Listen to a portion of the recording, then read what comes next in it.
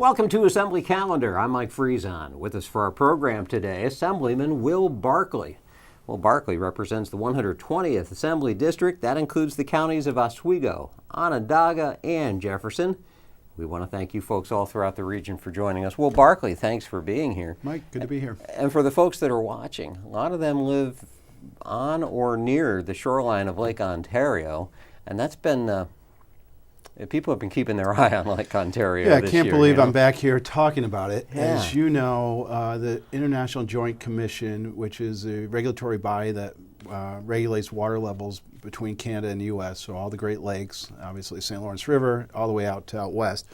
In 2017, they passed, in the waning days of President Obama, they passed what was known as Plan 2014, which essentially let higher water levels on lower water levels be more natural flows. And as a result of that plan, not solely a result of that plan, but part of it, we've seen flooding in 2017 on Lake Ontario, and we've seen it now this year. We have high water.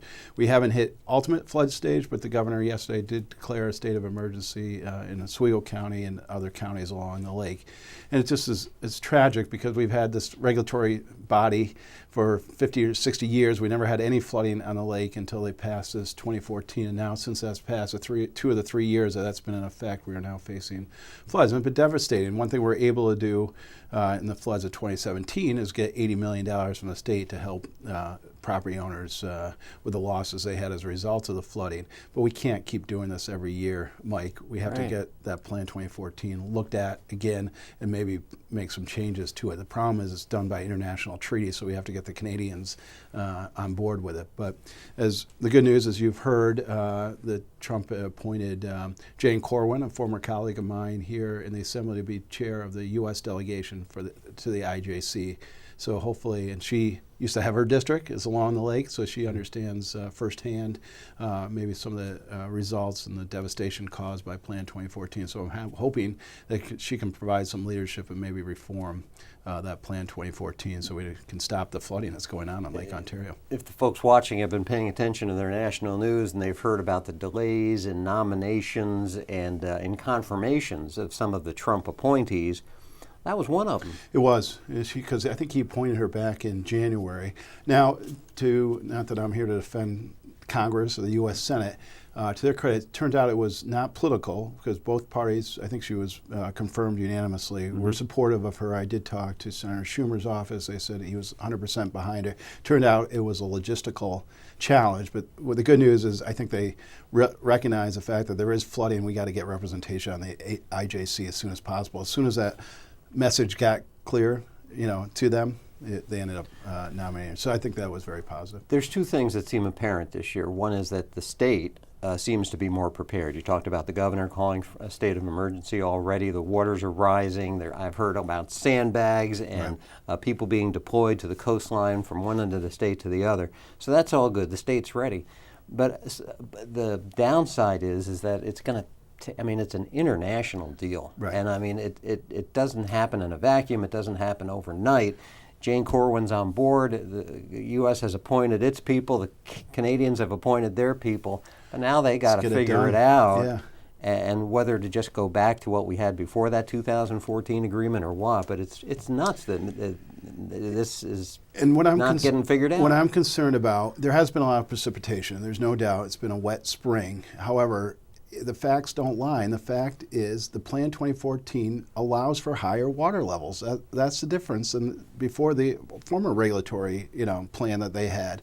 So people are trying to blame this on global warming. They're trying to blame it on everything else. We got to look at, and then, I don't know, maybe that's part of the issue, but it's hard to deny that since this plan's been in effect for 3 years, 2 of the 3 years we've had flooding on Lake Ontario, and it's been wet, but it hasn't been historically wet. After having never had that kind of flooding before. So, So I just want to keep that attention on the fact that this is something that's causing the flooding, maybe not the sole reason, and that it needs to be reformed. There's no doubt about it. So I'm very hopeful that having Jane on the IJC, maybe we can at least have a friendly ear and help us try to, go back and maybe change Plan 2014. Fingers crossed, especially for those folks that are on Lake Ontario, because they're seeing it and they're the ones that are white-knuckled right now. We talk all the time about your position on the Assembly's Ways and Means Committee, the ranking Republican member of that committee. A lot of talk here in Albany right now about Tax Freedom Day. This year, Tax Freedom Day was May 3rd. It's kind of a hard thing to get, but basically what that means, Tax Freedom Day, is you start working for us working stiffs. You work from January 1st through May 3rd, and you work all that time, just earn enough money to pay your tax liability. Absolutely. Right? So, I mean, that's a good chunk of the year. January, February, March, April, that's almost a half a year. Yeah, it's crazy, isn't it? That you're working just to pay for your tax responsibilities to the state, the feds. It's an interesting way to look at it. I mean, essentially, you're working for the government for almost 4 months out of the year to pay your taxes. And New York, unfortunately, as you know, we're a very high tax state, particularly our state taxes in comparison to any other state in the nation. We have the longest amount of time you have to work in order to pay your taxes before you start earning, essentially salary for yourself, not for the government.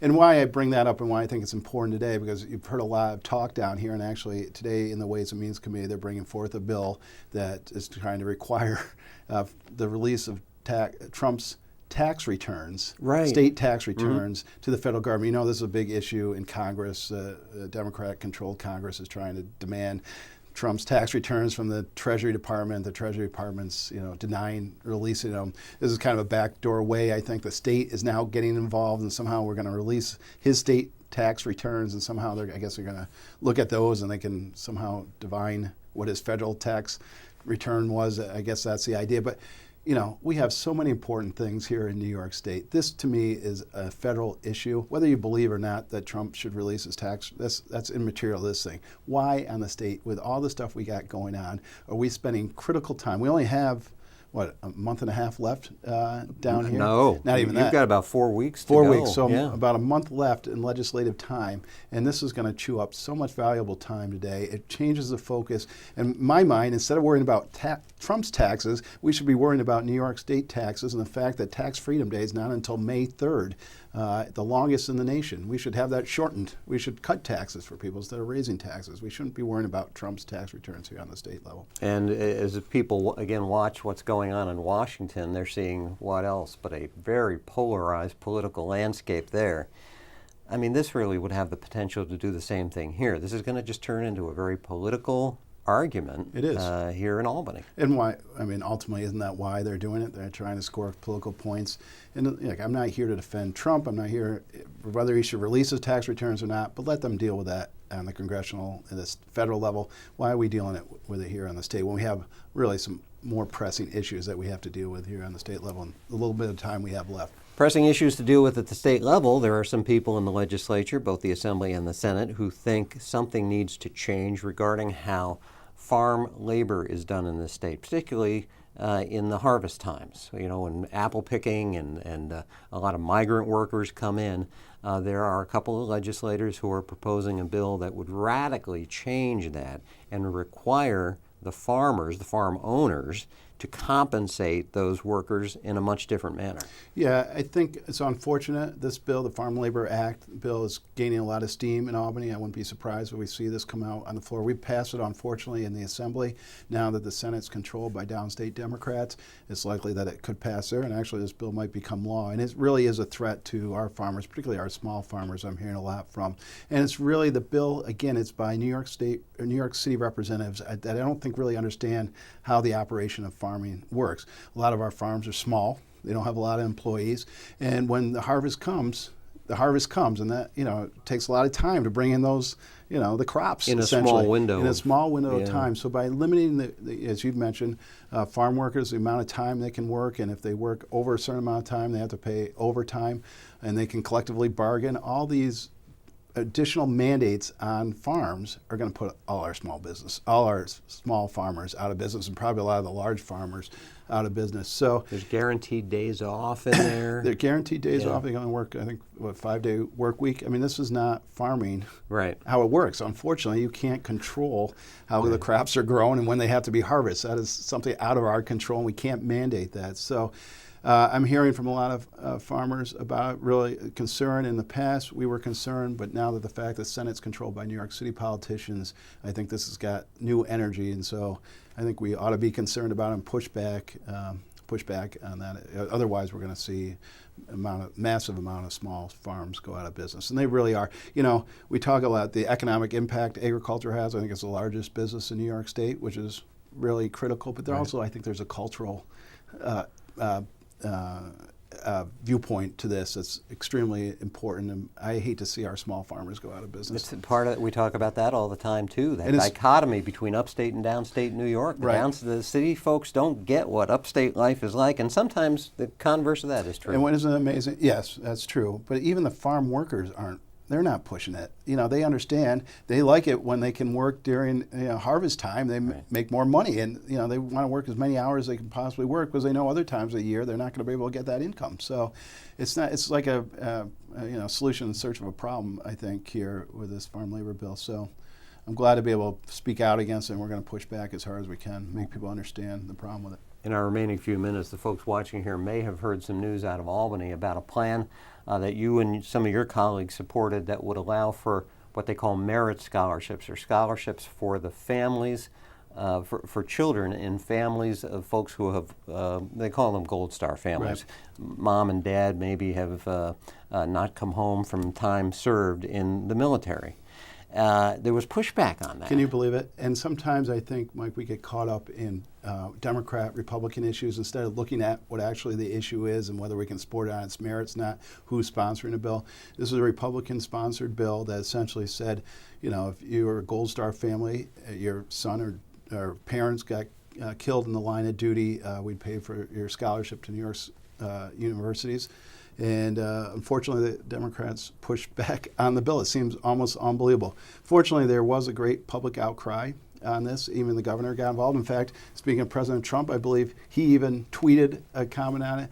And as a result, the governor did it administratively, so he allowed these people to be able to get scholarships, which is crazy. If there's one people we should be supporting, it's our military families, and particularly our military families that suffered, you know, the greatest sacrifices they can, a loss of either the parents or a child, the Gold Star families. We should be doing everything we can, not pushing back on somebody just because it's a Republican idea. Amazing to think that pushback came in the same year that the majorities in both houses decided to allow and pass free college education, subsidized college education for dreamers, the so-called dreamers, those who the children of illegal aliens who may not even have residency in the state of New York. I think that's what made it so stark and so amazing, that the fact that we're willing to do that for illegal aliens but not for our Gold Star families, our military families, it was crazy.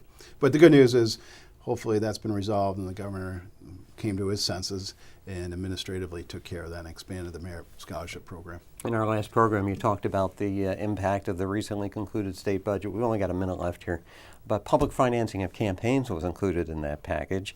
What kind of change is that going to make to what goes on in New York? So, Mike, we talk about New York City and upstate and the divide there. New York City has a public financing of campaigns that has been a disaster in New York City. It's been such a disaster, now they want to expand it to the whole state. So they set up a commission to look at it. My concern is, you know, all of a sudden now we're going to finance through tax dollars politicians' campaigns. I mean, what more do we want to do? I mean, if there's one thing I don't want my tax dollars going to is a politician, particularly a politician that I disagree with. And, you know, essentially they say, well, this is for New York City. It's been great down here. It hasn't stopped corruption, hasn't increased voter turnout in New York City. Why the heck do we want to expand it to the rest of the state? And hasn't there been a couple of instances where people have decided to run for New York City office just to get that money? Yeah, and there's been a lot of scandals of how that money's been spent. Right. Do you want to have tax dollars paid to a politician's campaign that they use for parties, going out to dinner, etc.? It seems like a crazy idea. Cindy Adams in the New York Post that says, only in New York, folks, right. Only in New York. Will Barclay, thanks for joining us today. As always, we thank you folks, too, for spending your time. This 2019 legislative session winds down. We hope that you folks will be able to join us for our next edition of Assembly Calendar.